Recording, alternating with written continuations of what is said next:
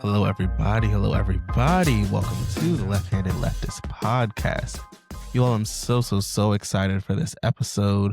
Today, we're going to be talking about all things Gaithersburg. You guys, we're going to be talking about rent stabilization within the city. We're going to be talking about policing issues, also ICE enforcement, and so much more, all within the city of Gaithersburg, Maryland, right here in Montgomery County. And for this incredible conversation, I am going to be joined by Omodamola Williams. Omodamola is a community activist turned political candidate. He previously ran for Gaithersburg City Council, as well as a single father and housing and renters' rights advocate. So without further ado, let's get the podcast started, you all. Awesome. What's up, everybody? Omodamola, so glad to have you here on the podcast. How's it going? Everything is fine. How are you this evening? I'm good. Dreading, as everyone probably does, going back to work on Monday. So happy to have the weekend. It's funny because you and I actually met, and I don't know if you remember when we first met, but we met when I was working at my previous job at the ACLU of Maryland, and I was working with some Prince George's County people for against the curfew that Angela also Brooks was trying to put in, and we were having this big kind of like town hall event. And that was the first time I ever met you. I seen you online for some stuff, but it's been crazy seeing you from like that to now seeing your like run for Gaithersburg City Council and all that other stuff. For the people who don't know who you are, can you just tell us like briefly about yourself, who you are? Okay, to make things as short as possible, I am a single father, community activist stepping into the political advocacy realm. I'm an everyday person. I live paycheck to paycheck, and I want to um, prove a point that you don't have to be wealthy and well connected to step into the field to make your voice heard. When I heard about like, hey, you should run for city politics and this and that, I had my fears. I'm like, city politics? A seat? Put my hat in a race? No, I don't know this. I don't own this. I don't like that's for like big city folks and stuff. But when I heard certain politicians talk about certain issues, I was like, well, y'all kind of simple and it's kind of ignorant to speak on people and to speak on something you know nothing about. And so I took advantage of the platform to make that voice heard, to show people that you can challenge the status quo, regardless if you win or not, is to get your voice heard in the first place, to inspire people. Definitely. And you kind of see, and I kind of noticed that as I focus more on like local government and like city elections and stuff, a lot of the people who are in office, the more local you go, you find that they really don't know anything about what's going on. Like they live in a very insular bubble of whatever is going on in their household, and also how much like big money plays a part. And when I talk about big money, I mean you can basically control some of these city council people for like $1,000, and they can basically like do anything you want. And as someone who ran for Gaithersburg City Council in this last election, how was that? Like, how was the election when you got in? How was it when it comes to money and donors? Did you get those like shady corporation people calling you like, hey, let's have a meeting, let's talk about this problem or this issue? No, they knew better because I ran before in 2023. So I pretty much was extending my platform. This year around, I was more so pushing about immigrant rights and human rights, which is a big, uh, taboo turnoff. It's trigger words for certain people. Advocacy, equality, accountability, stuff like that. Like you don't say that as if you're running for office. You talk about like other stuff, like money is what's gonna bring the city money. So Okay. I So didn't yeah, get I got some crazy emails, but I didn't get like the emails that, from certain packs of, whatever. I did get a pack donation, but it was from a community-based group that's known to advocate in the community. cool. What was that group? Or if you might say. DSA, of course. Really? Oh, that's awesome. Oh, that's amazing. See, in that, okay, so it's certain PACs and certain groups and certain endorsements that as a socialist leftist person myself, I take them in very high regard. So like a DSA endorsement is definitely like a high regarded to me. If you're endorsed by the FOP or you're endorsed by like the Realtors Association, I take that as like, all right, cool, you're a non-starter already. But to your point that you were talking about platform focusing on immigrant rights and actually affordability and actually actually community-based programs in the city. Can you tell us about what you ran on? What were some of the things that you championed, things that you didn't want to see in the city? Rent stabilization overall. I mean, people are literally being priced out. I mean, there's no competing prices. Everybody's increasing the rent. And so it makes no sense that my competitors were saying we just need simply more housing. They were saying more supply. So if you build more housing, then the price of rent will just go down. And, if you own a business, you own an apartment complex or whatever, or you're a landlord, and people are competing against you and there are other landlords renting, are you going to lower your rent? No. And then on top of that, there's a timeline for this. Like, there's a extremely long time window. Like, we don't know if who's going to be approved for the new development and what are the new policies that's going to be under. It's just rent control is just like that. It'll keep people in their homes. It's the first steps towards equality and community safety. Not only that, I was big on accountability with police. Our police department they're not the worst. If any, in our city of Gaithersburg, crime has actually gone down in the past 2 years. It's just that I'm the kind of person to be proactive. Let's look at the city code. Let's have some better policies to bring some transparency with the police and the community. It's not just let the police police the police. I've never seen that work in real life, where police Yeah, police themselves and they actually do a good job of it. right. It's just there's been so many I have so many examples. Like for example, in my own apartment complex, somebody and this was a couple months ago, somebody popped the curve and rammed into one of our apartment buildings. Like literally, like picture like the Kool-Aid man. Oh yeah, just a Cadillac. And it was a Cadillac rammed through a whole door, a whole wall. And that's when I figure out how brittle our apartment complexes are. Like it's bricks, but like in between those bricks, it's like I don't know how to explain it. And the car was fine. Wait, what? Shout out to Cadillac. But yeah, it was a whole hot mess. The police was there, everything was there. And so there's an article, but there was no follow-up. Was the person impaired? What's going on? And the police was like, yeah, we'll give you updates. There's been no updates ever since. So I just it's simple things like that. If they won't give us transparency with simple things like that, imagine when it comes to actual crime. Or I don't want to say crime. I'm trying to discipline myself to saying acts of theft, acts of assault, acts of burglary, acts, right? So in a meeting with the city manager and staff, I wanted to know the patterns because the police chief was talking about crime has been lowered. I said, okay, that's cool. So what are the demographics of these acts? Which part of the city are these acts going? What are the ages? What are the race? What is the gender? And more importantly, what's the nature of this? Why is it so hard for us to have access to that? We only have access on like a list of just particular acts of whatever that's going on, but there's no like it's not further broken down. So Wow. we don't know which part of the city, we don't know the patterns. So how can the community work together with law enforcement? Yeah. We want to police ourselves because our law enforcement is going down. We don't even have like a large department. Wow. So Okay. what can we do in the meantime? Because we are overpaid. Like if you are a cop in Gaithersburg, you are well taken care of financially. Really? It's just that nobody wants to be cops. I don't know. They keep increasing the benefits, whatever. But I'm just like, okay, so I'm the now what person? What do we do in the meantime? So, of course, I'm big on mental health as well. I wanted some more youth services for the city that the city can do. But I guess my policies were radical left.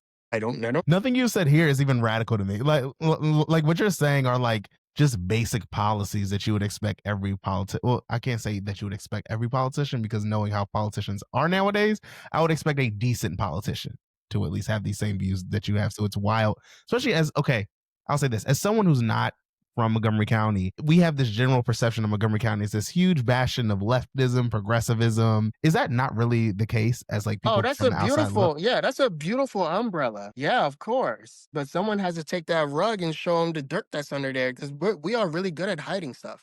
We're no better than Prince George's County. We're just better at hiding it. Now, that I can't prove. It's just I'm going to have to keep doing my own boots on the ground with the advocates even to your point, actually do before we get fully into the rent stabilization conversation, one thing that you said that I do want to dive deeper into is that you said that you don't really you're trying to train yourself to not call it crime but call it acts of whatever that person is has done. Can you tell us like why you're doing that? Well, certain words can just be it's how you say things and what's being said, and anything is a crime now. And so if you're a criminal and all of that stuff, you did a crime, like you're automatically dismissed as subhuman or some mess like that. And so I've been trying to educate people on can we just replace crime with acts? Because people are charged and some charges can be dropped, but that person's information will still be, online. And I noticed that and I'm kind of switching gears a little bit when it Oh comes to, no, the please do. black statistics with blacks leading with being arrested. With me, I was arrested and sent to jail before. It's just that, yes, blacks are leading with the rate of acts of this and that, whatever, and being arrested and detained. And that's going to be on the FBI list and everything. However, what demographics is leading when it comes to exonerations? Like that, you have to search, you have to twist and search for that. But that's also on that same one of those websites. But they don't want to talk about that. Yes, when I was locked up and in jail, I was a statistic. However, when I was released on my reconnaissance, everything to be dismissed, the charges dismissed and everything. So, but the fact that I was locked up, that's going to be online. That's going to be a statistic. I just added to that statistical number. But when I was released and everything was just all the charges was dismissed, that number was not taken out the system. Wait, what? Right. And I So mean, you look at the fact that Maryland has an incarceration problem, but also has a black incarceration problem where Maryland, we incarcerate as a state the highest number of black people or black men than any other a state within the country. But on top of that, you're right. When you see how many times black people are overcharged, we're also over policed at the same rate as well.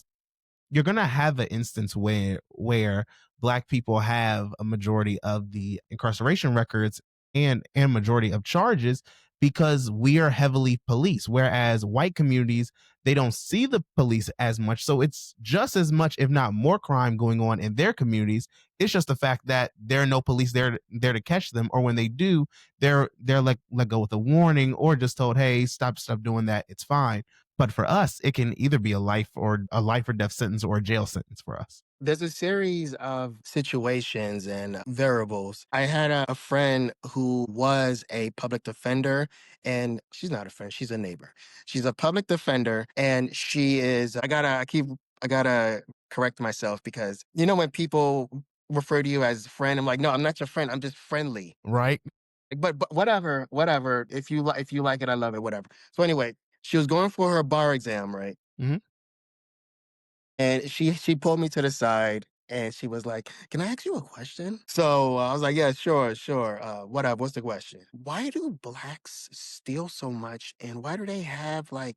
Why are they always, being locked up? Basically, she's a public defender, by the way. So she's always defending people who steal from Walmart and all of that stuff. And I told her because when other groups, when they commit an act of theft or whatever, they have the means to get an attorney, which is a majority of the black population don't really have the means or they feel like you don't want to waste their time, getting an attorney. Just want to let's just knock this out, whatever. Slap me with whatever. I'll go about my day. And I keep telling people, we have to look at all of the facts and not just a certain part. Like, there's a reason why there's like a federal court. There's a reason why cases are overturned all the time. Like the fact that people don't get that even attorney generals can mess up, can be wrong. Like how many times the local attorney general has been proven wrong by a higher power with a case closed? How many times have we seen that? Too many times. You're right. And there's a certain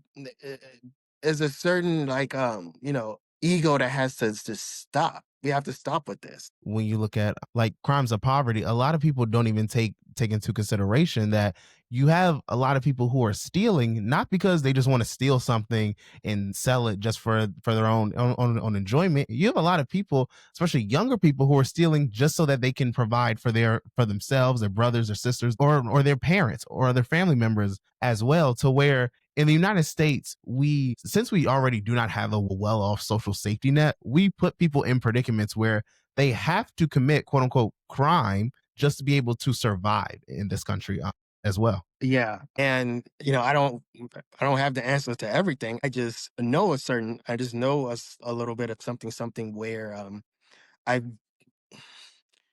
I've seen people steal, seen people of all walks of life steal, and that's been going on forever. And even if we have all of these, food pantries, giveaways, and everything, it starts with what's going on in the house. Why won't you stay in the house? What's making you go outside and just to hang out? And also, it's the mental health factor, the mentors, everything. But as a politician, you have to invest in everything, not just punishment. That's fine and all to you, I guess. It's just that we need to invest in everything. I believe everything should be equally invested in. Like, just look at a circle, the little pie chart. When it comes to public safety and defense, that part is like huge, as opposed to all the other little services invested in the budget. And I'm like, why can't we invest in other stuff as well that would benefit some certain families? Since we people are saying families of low income commit the most crimes, and why won't we put a larger investment in programs that would benefit the families of low income? Exactly. Exactly. Okay. And also noting that police do not prevent crime. Police respond to crime. They're the ones. I mean, it depends on how you even say they respond or don't. But a lot of times, police are not there to make sure a act of theft, an act of robbery, an act of even like things like homicide or murder. They're not there to prevent them from happening. They're there to respond if it does happen. But if our main goal as a society is to make sure that these things do not happen, if poverty being one of the main reasons that people have to put themselves into these acts of theft and sometimes violence as well, then our goal should be to get rid of poverty instead of saying, oh, well, let's just lock people up as fast as we can and hope that people are scared into not taking care of themselves. You cannot scare a family member or a family into saying, I want to make it so you have a harsh punishment as you do if you steal something, to where you don't steal, because 9 times out of 10, people do not think about the punishment when they are doing something to take care of themselves or their family. But at the same time too, if you're telling a parent that it is between either your child starving or you possibly going to jail for stealing food, then that parent is going to take that jail sentence every day of the week so that they can feed their family. Oh, there's so much I can talk about that when it comes, even with there's a new EBT policies that's been approved where it's weird that you have to meet a certain standard now, and if you are of immigrant status, it's just gonna make it hard for you and your child. They're still trying their best to cut the budget when it comes to welfare services. So, if you are a immigrant and you have a child that was born here, social services is going to make it extremely difficult for you to get any type of services. If not, the only services you may qualify for is CPS. What? So the only service is to take your child out of your home. Yeah, that's the easiest thing they'll do for you. But for the other things, they'll make you jump through all types of hoops and fires and to get anything. And this is stuff I'm against. People say, well, as I'm door knocking, people really believe that most of our taxes in the state of Maryland, state to county to city, is going into transgendered people, surgeries, welfare. But I'm like, I don't know where y'all hearing this from. I hear you. I don't want to argue with you because I'm knocking at your door and I'm leaving myself vulnerable. God bless you, whatever, because the city is a nonpartisan race. So I am subject to people of non-sociable ideologies. That's a nice way to say it. That's a nice way to put it. Yeah, and yes, I got everything as I'm door knocking. I got everything. Yeah, yeah. I don't care what nobody says. Yes, it happened. I got the You're such a well-spoken young man." God. I had to keep that face. Thank you. I Ooh. got the whole, I voted for Obama? Wait, what? Hold up. Got that a few times. And it's Yeah, like it's the crazy part is that in my mind too, I don't even know if when these people say these things, do they understand like just all the racism that is like put into that statement or in their mind they're like, "Hey, I'm trying to let you know I'm down with the cause. Like I'm here with you." And I'm like, "You're not. Like you're the problem in this whole operation." I also when people ask, "Are you a, Democrat or Republican?" I would tell them it's a nonpartisan, slam the door in my face before I can even like finish. But if I can get past that barrier, Mhm. that hurdle, I'll say, "Hey, I'm a Democrat. However, what you should understand is majority of our leadership are Democrats. And so you have to look at the values and morals you aligned with. If you are,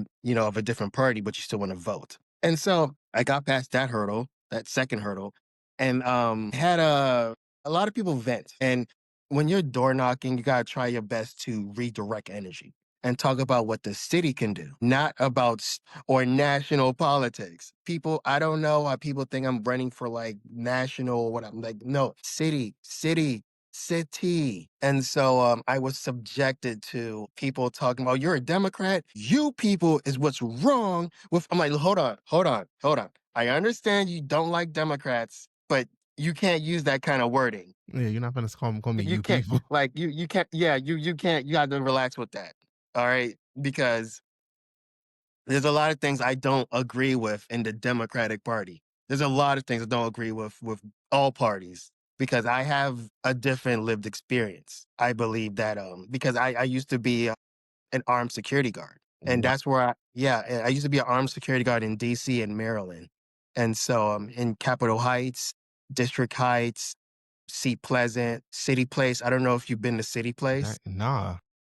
It's where like the Gucci, it's like an open mall Okay, yeah, where yeah. Ferragamo and Wow. Hermes, all that other fancy stuff I can't pronounce. But anyway, yeah, I was there working alongside police in a hostile environment. So I literally know what's it like to work with police and I know what's it like to be screwed over by police. Yeah. Well, you've seen So both sides of it. again, like I understand we need public safety. It's just that we need somebody who will hold public safety accountable. Like I know you're needed, but you can't be a jerk doing your job. Yeah. I And mean, so some people look at law enforcement like they can do no wrong, and that's dangerous.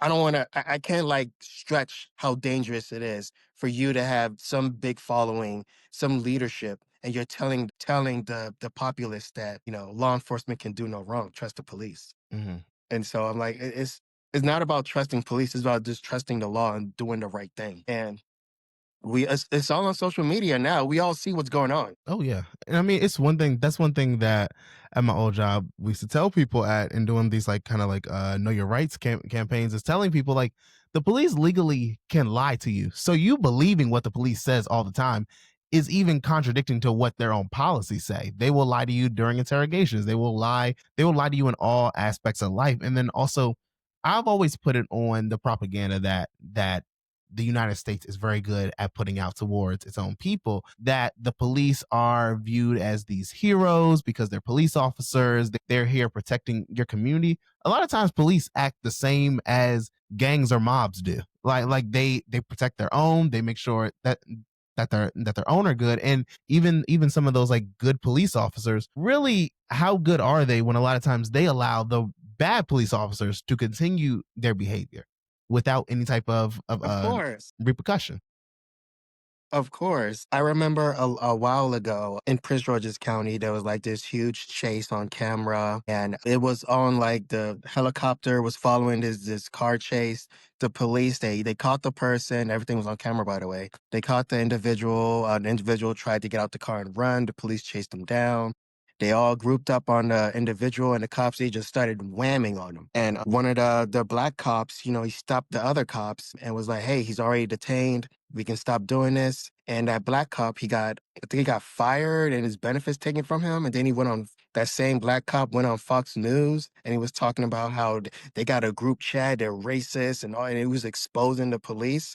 But They look at him like he was a hero, like, "Oh, wow," they had the governor talking about it, they had the Prince George's County executive talking about it, the police chief. But I'm like, "Let me get this straight. You prevent, I guess, the cops from beating somebody up." Um, Good. Yep, you're all good. so long story short, they're looking at him as a hero, but I'm like, this guy, he been knew what's been going on for years, and he's only exposing him because he got fired and his benefits taken away from him. And that's not how I look at honest policing. I believe in the three C's: cut, cop, culture.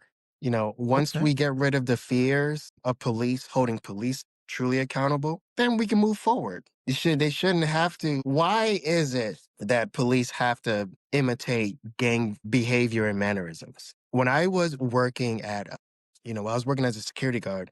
I know what's it like to actually get on the microphone, not the microphone, the walkie-talkie, and we had to chase somebody down and look for a description of an individual. And I'm like, oh wow, I'm one of those people, and it's so many feelings of anxiety and rush and anger and all like you look just like me and you stealing.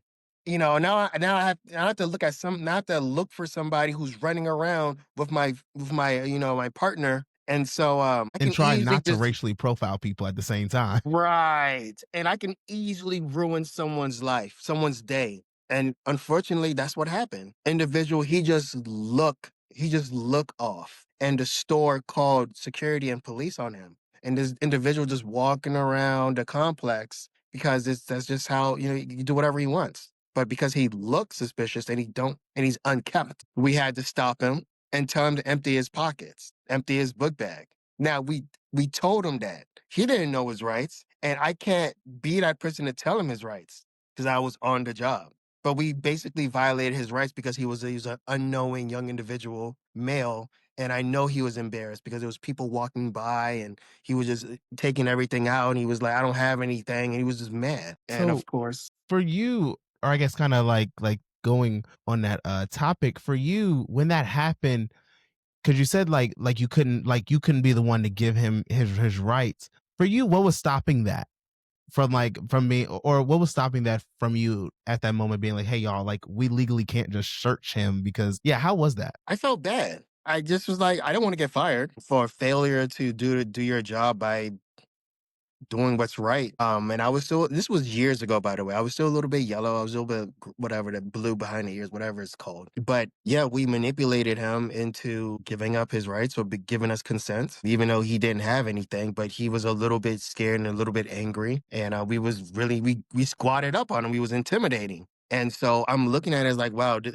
we saved the day. He didn't have anything, they thought that he stole from one of the, high-end stores, and he didn't. It was one of the employees, but that's another story. Whoa. Okay. Yeah. That's wow.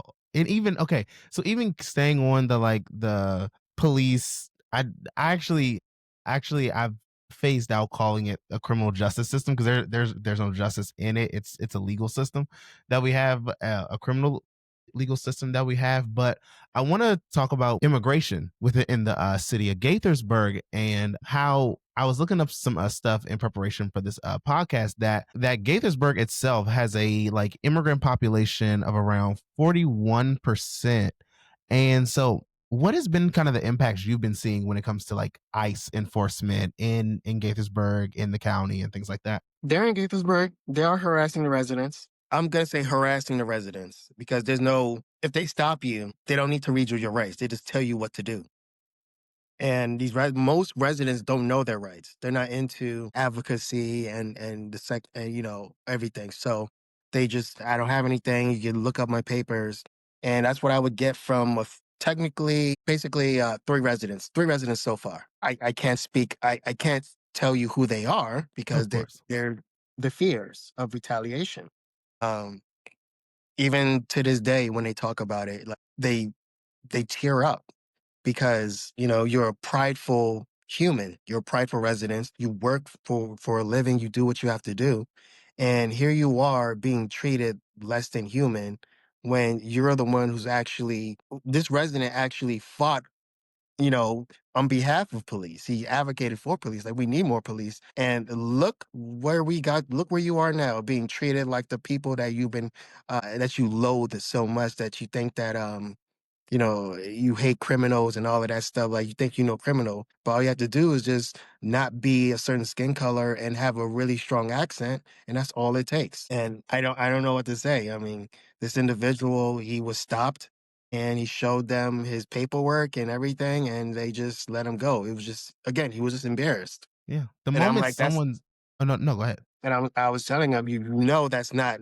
how to be treated, right? You know that what happened to you needs to be broadcast. And he said, I know it's not right, but hey, at least I get to go home. Okay, all right. And I mean, it's always astonishing to me to see people who advocate for more police, advocate for even defend police when they are using excessive force and doing this like horrific acts. And then the moment that they're on the opposite side of that badge, it is almost as if they're like stunned, like, wait, I'm cool with it being everyone else, but when it's me, it's a problem. But even to hear someone I guess say like, hey, at least I get to go home to my family tonight. Well, for everyone else, it shows like almost a lack of like empathy or almost like as if they're not humanizing other people but themselves. They feel like as long as I'm good, I don't really care what goes on in my community. But have you seen so what has been the response from like elected officials, the current Gaithersburg City Council, the Montgomery County Council, the Sheriff's Department? Like has there been any kind of like protection that the county or city has done, or are they all kind of like, look, that's federal government, let them really, Zero. really? They're one of those, I just want at least post something. At least do a tweet, make a post, do use the city's resources and just, make a poster or something to say we care about our immigrants in our city. Give them some sort of, reassurance. No, they just say, "Oh, we did a know your rights trainings for our staff." For staff? What are they gonna do? What? So, I mean, this was during the debate when someone in the audience questioned, what are you doing for immigrants? And there was one politician said, "Oh, I'm working with CASA." Okay. Like, okay. Doing what? Yeah. So again, the half tail, efforts in protecting or reassuring the protection of immigrants speaks volumes because this city is a national reward winning city about when it comes to our diversity. Even though, as I was door knocking, talking to thousands of residents who moved to this city just so happened to realize that, hey, it's a diverse city, if they just happen to move here because it's the least expensive. Still expensive, but it's the least expensive place to move to, to be in Montgomery County for the time being. And, but I understand, like, there's not too many council members who are, children of immigrants. So it only makes sense for me and Miss Tiffany Kelly to have a platform fighting for immigrant rights. Now, Tiffany, she don't have, immigrant family members, but she do fight for human rights. That's part of her, as part of her thing, as she's been endorsed by community-based organizations. And with me, my father's Nigerian, my mother's Haitian, so it's only right because I have that lived experience. I know what it's like to watch my parents go through heck, just being human. Yeah. And when police caught him, like my father was driving with suspended license, yeah, they did their job, so no one's exempt, no one gets special services. And to a little bit switch gears a little bit, Well, yeah. I've been getting concerns that the immigrants are taking our jobs. Like this is the homeowner. Like you, Wait, what? w- I'm gonna leave it at that. No, no, no, please go The ahead. non-English speaking immigrants are taking your jobs. Society is going downhill fast. Wow, that's sad. That's just sad. And it's so good that you and Tiffany were like able to or did run and push those platforms and those messages because you're right. A lot of times we do not see actually not a lot of times, majority of times, we do not see elected officials actually do anything. A lot of them will do this like half-hearted. Oh yeah, they put all of the work that should be on them to actually better the community onto some of these like nonprofits and not taking anything away from CASA. They are like the top immigration advocacy group within the whole state of Maryland, but throwing it to nonprofits to say, hey, I'm partnering with them. This is their job to fight. It's your job as a politician to actually fix the things that are going on in your community. If you notice that immigrants are being heavily police deported, if you're noticing that you have residents who can't afford rent, who can't afford to actually live within the city, it is your job as a politician to respond. And so I kind of want to switch gears to rent stabilization, because you got to explain for the people watching and listening that how Montgomery County as a county has rent stabilization, but the city of Gaithersburg does not. Can you explain why that is? Municipality, bureaucracy, nonsense. So, whatever the county passes, whatever bill the county passed, if you live in the city and the city has its own police department, like Gaithersburg and Rockville, they don't have to go off of the bill that the county passes. The city can have their own bills. And when we fought to pass rent stabilization back in 2023 for the county, the leadership in Gaithersburg and Rockville, they both was like the political leadership, by the way, said that we don't need it. And I'm like, okay, who is we? Like, y'all not renters. Like, who is we? Yeah. Y'all may own renters or something, or own the building that renters rent, but y'all not like, you've been renters like decades ago when rent was like when you can work at McDonald's and you can afford Yeah. you The can rent was afford the to hamburger rent. at McDonald's. They were like, oh, here's your burger. I'm good for next month. Right. And we've in years and years we've been fighting for some sort of rent control bill. We just want the rent to be capped. I mean, your rent is gonna go up regardless when you renew your lease. But not everybody get a raise every year at their job. So the rent will go up. Why does the rent have to go up 15%? Why can't the rent go up by like 6, 7%, 3%? If I'm gonna be biased. It's just they set the base rent anyway at a cost where the landlord will still get their difference. But what I've been hearing from certain owners is that I want to keep up with inflation. I want to keep up with the consumer price index. I need to keep up with property taxes. And I'm like, oh, so that AI generated algorithm that's been feeding you all the lies and fear mongering that you have to increase the price to keep up with the cost of living so you can make your $500,000 quarter up, I guess. Also, small landlords, now, mind you, this is not everyone, just generally speaking, the people that I have encountered. So other certain small landlords have been telling me, hey, I understand what you're doing. Is just that if I'm renting my place, I want to charge however I feel. I don't want the government in my pockets. And if my tenants cannot afford the rent that I'm charging, then they don't have to live here. And I'm like, cool, I understand you want to make your money, you want to make your American dream. It's just that my version of American dream is different from yours. And that's okay. Make your money. Yeah, nah. I can't say that's okay. I feel like I think things as such as like housing, we need to like almost fully remove all of the profit incentive out of it, because I Uh-huh. mean, you can't tell me that someone's living condition should be based off of someone else's profit margins. And to me, these same like landlords or property owners who talk about how like, oh, well, I need to raise the rent to keep up with inflation, or I need to be able to make improvements to the bill, or if I don't raise the rent by X percentage, I can't make updates to the building or fix things up.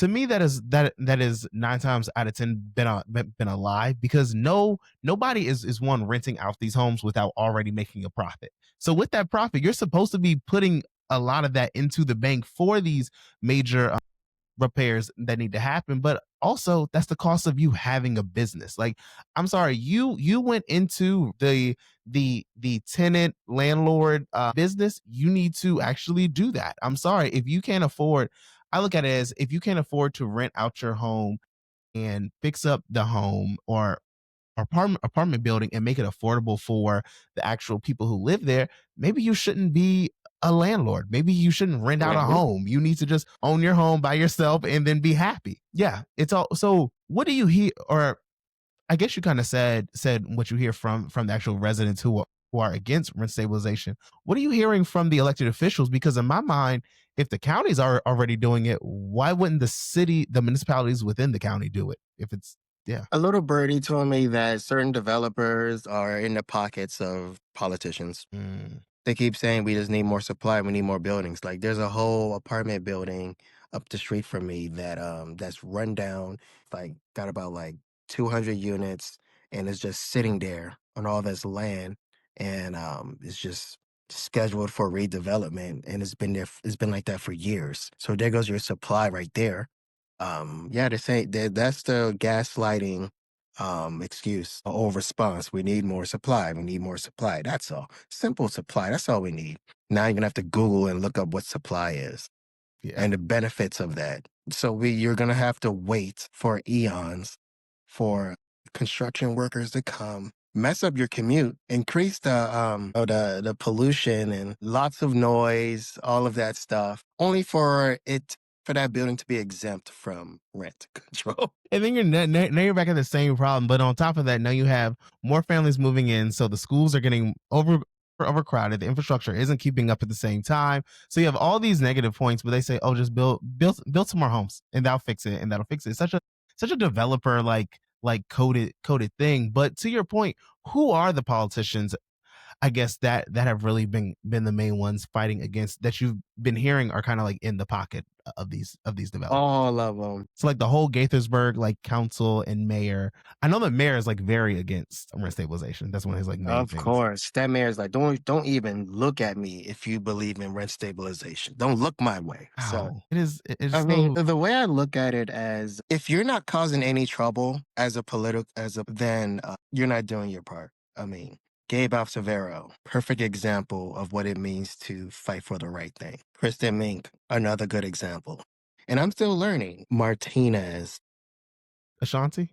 Yes, yes. So I look at like, what are you doing? Because if everybody loves you, but you haven't push for any like bill that benefits the community, then I don't, what you're really about. No, you're right. Any politician who's just overall liked, and there's no group of people or there's no corporate group of people who don't like them, then you're not really servicing the community. You're just servicing the corporations or whoever your donors are. And it's out of all those people that you named, you're right that they are people who kind of more so stand up for their constituents and the public rather than the corporations, developers, the wealthy people who kind of make Merlin politics the way it is. Yeah. And if your motto is not people over profit, then I don't, it's going to be hard for us to have a really close relationship. We can be cool. It's just that, you're profit over people. So you believe in, money. So people have been asking me, yeah, but how is your policies are going to bring money into the city? I'm like, well, I am a type of person who deals with street economics. Well, street economics. Well, I used to work for the uh, Department of Public Works for the city. So basically, I was the people with the green, not green, the orange reflective vests, ruining your day, blocking traffic, doing the cement, picking up the leaves, the bulk, and, doing all workers. And I realized that some of these workers, they were coming from Hagerstown. They were coming from Virginia and Frederick. And mind you, we got to be at work by 6:50 in the morning. My gosh. So, yeah, I'm like, so what's going on? He was like, hey, it's too expensive. Gaithersburg pays good. It's just not good enough to live here. So, what will it take for you to live in the city? Well, if they, better incentives and all that fun stuff, and AKA you cap the rent. And I just look at it as, if you work here and you live here, you'll spend more money here. So if I work here, but I live in Hagerstown, you think when I get my paycheck, I'm gonna just, spend my money locally? No, I'm gonna spend my money in my near my house. But people believe in other types of ways to bring money into the city. I'm like, well, that's what you believe in. I just think that's kind of like common sense. Now, first of all, we have to have our workers live here. And this is a uh in the ballpark number. 90% of the workers in this city don't even live here. What? 90? My gosh. What?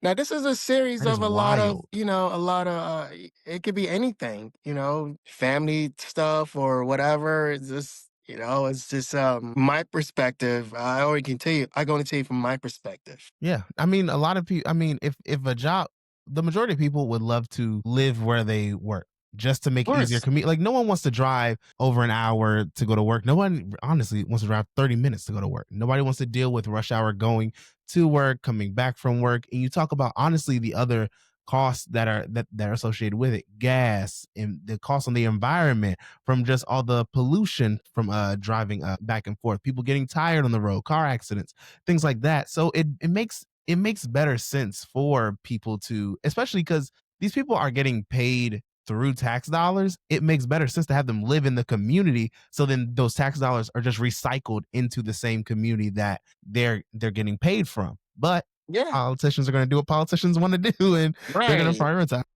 I don't know. Like I had a lot of unpopular opinions. Like I want a stimulus check for our residents. Another person, well, a lot of other residents were telling me, "Hey, could you fight to lower the taxes?" And I'm like, "No, because the city. If you live in a city, you pay extra taxes. You pay city taxes. However, that those city taxes goes towards our city workers. And you're basically saying take money out of the city workers. I'm like, no, I'm not that kind of radical. Even if I did propose a bill like that, like it has to be voted in. So it's a team thing. It's not like I can push a bill and it'll automatically be approved. Like it's a democratic process. Like everybody have to vote on it, the policies on it. The attorney have to look through it. Like it's people need to understand how the process of how bills work, and the committees that's under the city. And it's a lot. And they make it seem like it's so easy. I'm like, no, like just want things to be easy, more bearable for our residents. Like I used to ride my bike to work, and I noticed that some of our sidewalks would just stop and go straight into the street. There's so many Yeah. times and there's so many times I almost got hit by a car, multiple vehicles, and I'm just like, do any of the current council members know what's it like that you have to rely on a bike, not for convenience, because you have to, like, that's your only means of transportation? Do any of the council members know what's it like to even be locked up, to be wrongfully locked up, to be wrongfully stopped? Minding your business? No, when you have somebody in leadership that thinks that, and in the clouds kind of person, like that's dangerous. Yeah. And it's a lot of times, unfortunately, the people who are elected are the ones who live so like different lives from the average and everyday citizen. But I'm also glad that you brought up the point about how we like people wanting to know about increasing jobs or just bringing money into the county or like into the city, but it also goes for the county too. I want to get your thoughts on this. I was on a podcast at with Hal Ginsberg at the Halitics podcast. Shout out to Hal. I want to get your thoughts on what the Montgomery County, who is it, Chief Administrative Officer was saying about his view on how money gets brought into the county, given all the stuff that we're seeing on the federal government side, and see what you think about this. Administrative Officer Rich Madaleno on how to address the budget crisis created by Trump's slashing government jobs. I would remind people we have some of the wealthiest people in the world who live in Montgomery County. So we have people who are doing better than ever. The federal government, through the one big bill, put in tens of millions of dollars, tens of billions of dollars into defense and security. While we are very proud of the life sciences in Montgomery County, we should not make up the Washington area through. So I want to get your thoughts on that. What are your thoughts on Montgomery County or the chief administrative officer basically being like, yeah, we have life sciences and all that, but what about like war and death? Shouldn't we invest in that? Well, I am completely against it. I think he's a little, I don't know how to say it, the nicest thing. It could be as mean as you want to hear. It's typical. Um, like using your power to promote something that would lead to violence, and not something that promote peace and equity and education development. Yeah, Montgomery County and Prince George's County is full of wealthy people. It's just that you gotta look at the numbers. You have to actually look at the wealthier communities and the middle class communities and whatever. Like, for example, you will have a community where a wealthier community with these, nice houses where somebody left their garage open. This is based on a true story. Somebody left their garage open for over a week. They went on a vacation. They left the garage open and they had 4 new bikes in the garage. And the neighbor called the individual, said, "Hey, you had your garage open for a couple days, and I noticed like you had brand new bikes right in the garage, right in the driveway." And the reason why they had no worries is because everybody got that same bike. Everybody has bicycles. In other communities, those bikes were probably being gone because not everybody have access to the means to have a nice bike or even a subpar bike. And so I look at it as, what will it take? It starts with leadership, because we can go and step on the dais and we can get on a podium and we can testify as much as possible. But if we don't have any allies in political leadership, it's almost like you're just being performative. It's hard. Right now, we have no allies on the dais. So fighting for rent control we're just doing it to get the message out on camera.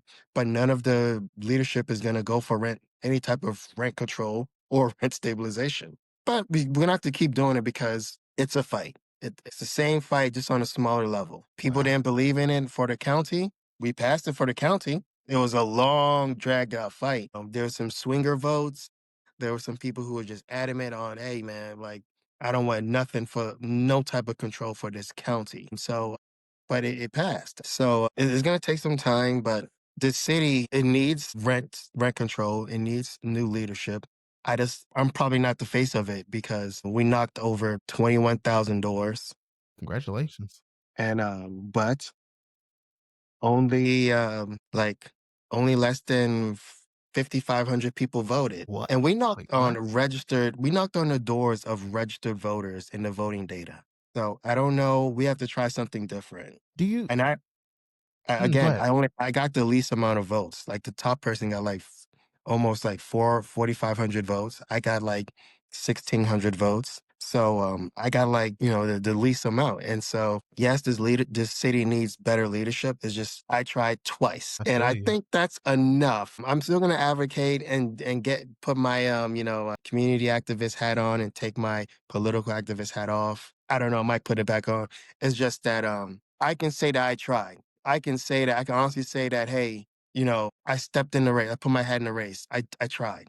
I tried to talk to thousands of people and I put myself out there. That's awesome. I mean, it's good that, because a lot of people will talk about it, but you're right. A lot of people don't go the other step of like, actually, well, let me run. Well, let me actually like challenge the political system.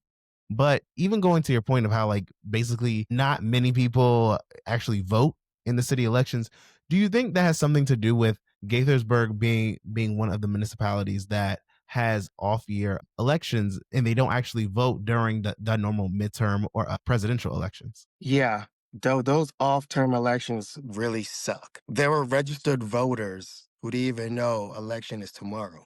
Like, yeah, we got an increase in voting by like 2%, but we had an increase in new voters for the first time in the city. And another thing is, there's only one voting location. So, In the you whole know, city? in the whole state, there was only one voting location. And I believe that if we had multiple voting locations, it would make things a lot easier. Um, People can just walk to the local school and just vote, or the community centers. But I guess that's something the city don't want to invest in. I do believe in passive aggressive voting suppression. The way you request a mail-in ballot, that needs to be looked at, because you have to go on the city website, download a PDF, fill out the PDF, send the PDF, mail the PDF, physically mail it to the city to get the voting ballot. So There's a lot of extra. I gotta mail in basically a request form to be sent a mail in ballot. You have to print out the application, fill it out, then send it, and then you'll get the mail-in ballot. That is insane. Yeah, I get why people don't want to do that. And you probably have a lot of people who register to vote in the county and they feel like, what am I registering to vote in the city election for? Because they probably think it's the same thing. But you're right too. A lot of people will look at an off year election. They don't know that there's a election going on. And have you seen a push from people to change the date of the voting to actually be in line with the rest of Montgomery County voting dates? Of course. But again, the current status quo don't want nothing to change. Mm, So dang. it's, that's just how it is. Like on voting day, we had the senator, we had the mayor of Rockville, we had council members from Rockville, we had a state delegate, and we had the current incumbents, the current Gaithersburg city council members. They all were flyering against us at the voting polls. It's a lot of people. Wait. Why is the Rockville City Council getting involved in the Gaithersburg? Right. And so we had all of these big names in there, and it was just me, Tiffany, and just the community members. So you got these people with status saying, vote for, the current people who are running to be reelected. Like, I would think that if you are a state delegate, that's why I said we ran a graceful race. I believe that this should be, all of these people are lovely people. I'm not going to play favoritism, but people play favoritism, and that's cool. What state delegate and senator was that? Kagan and Ryan Spiegel. I don't even know who that. I know who Kagan is. I have no idea who even the Ryan Spiegel person is. Okay. Now that I think about it, I don't think Kagan was flyering at the polls. I think Kagan was just being, just saying hi to everybody. Kagan's kind of got like a celebrity status going on. Really? Yeah. Mm, mm, mm. It's just that but yeah, the others were just, vote for the current people running. And again, the current incumbents, they had their own group of volunteers. So it was just On top of the city council and Rockville and the delegate who's helping them, they also had wow. Y'all literally had like the whole deck was stacked against you all from the start. yeah. And I'm like, so y'all think me and Tiffany is that, like that's crazy. Like we really didn't have nobody come on our side. But it was cool. Hey, you live I to fight mean, another day. we did have a Rockville council member, Zola Shaw. She did come like close to the end to help us. But still, like the numbers was just stacked. But yeah, it's cool. Like I got 1,600 votes. Like I want to tell these people like what y'all want from McDonald's because that's a lot of people. That is a lot of That's a people. lot. Yeah. Even though the top people got like over 4,000, but still, I got 1,600 people that actually cared to vote. And so, could you just imagine those numbers being mobilized? Just give me 50 people. Right? Like give you like 2% of all those people. Give you 50 people and watch the magic that can happen with those people showing up to city council meetings and things like that. And then as we close out, I definitely want to ask you two last questions. The first one being, what is it like in Gaithersburg City Council? Do you see a lot of people active? Do you see a lot of people show up to the council meetings and things like that? Or is it kind of like most areas are, people don't really care until it's something that is at their doorstep? The community engagement needs to increase. It needs to be better. And we have to get more people involved. How? They need hope. They need to see better policies. They need a city where the government can come to you, not where you have to go to the government. I like that. No, you're right. And then just rounding this podcast out, and thank you so much for spending over an hour here with me as well. Any last final thoughts, and also tell people how they can stay in touch with you, what you have going on as after the campaign, things like that. Oh, I've been uh, telling myself I need to take a break. I need to take a break, but it just never stops. It never ends. Like there's always something going on. Like my neighbor was evicted across the building from me, and I had to jump in and help her, and get her resources and let her know about services you can qualify for. So I'm back to doing more community activism work. I'm back to fighting for kids in schools. MCP at the Montgomery County Board of Education. I got a bone to pick with them, and of course they don't really like listen to you. It's like you and what army. So okay, there's a lot of concerned parents out there, and we're gonna of color, and we're going to bring the parents. We're going to bring everybody to the cookout. So you can see me at my Instagram, meet.omodamola.com. I got it from Miss Michaela. Okay. Shout I've out been to taking Michaela. I've been taking so much from her pages from her book. Yeah, She just Michaela don't is know. top tier. Like Michaela has helped me like through my leftist awakening in politics. She was right there. So nah, she What? is I'm yes. telling you. Like I didn't even get a chance to talk with her like that. I'm always like on her page and just like that's so cool, and just be taking like little notes. She's a reason for a lot of what I've been doing. And I don't even like I never got a chance to like literally talk to her yet. Really? Yeah. Okay. I gotta set something up to have y'all both on the podcast at some time together, just to hear the conversation. And we're definitely gonna talk again because I want to have you back on, especially talk about what's going on at the Montgomery County public schools too. So definitely want to have you back on. Anything else you have left for the people as we wrap up out of here? Something inspirational? Don't wait. Just do it. There we go. It's better to say you did it and not say what if or shoulda, woulda, coulda. Awesome. I love it. I love it. You all, thank you so much for tuning into this episode of Left-Handed Leftist. Remember, it's a podcast, and please like, share, and subscribe on any podcast platform and YouTube as well. And we'll see you back here next Wednesday for a brand new episode. Thanks so much, y'all.